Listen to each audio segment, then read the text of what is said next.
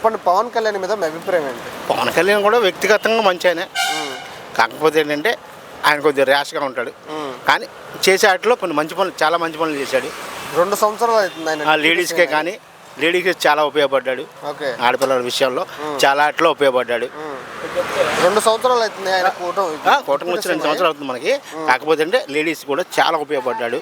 ఇప్పుడు యాక్షన్ తీసుకోవాలన్నా ఎవరైనా సరే లేడీస్ విషయంలో వెంటనే యాక్షన్ తీసుకుంటున్నారు. ఇప్పుడు ఏంటి మరి ఆయన తిట్టే వాళ్ళ మీద మీ అభిప్రాయం ఏంటి? తిట్టేవాళ్ళు ఉంటారు, పొగిడేవాళ్ళు ఉంటారు, ఎవరిది వాళ్ళదే. నెక్స్ట్ తెలంగాణలో కూడా ఆయన పోటీ చేస్తా అంటున్నారు. ప్రభావం చూపిస్తుంది.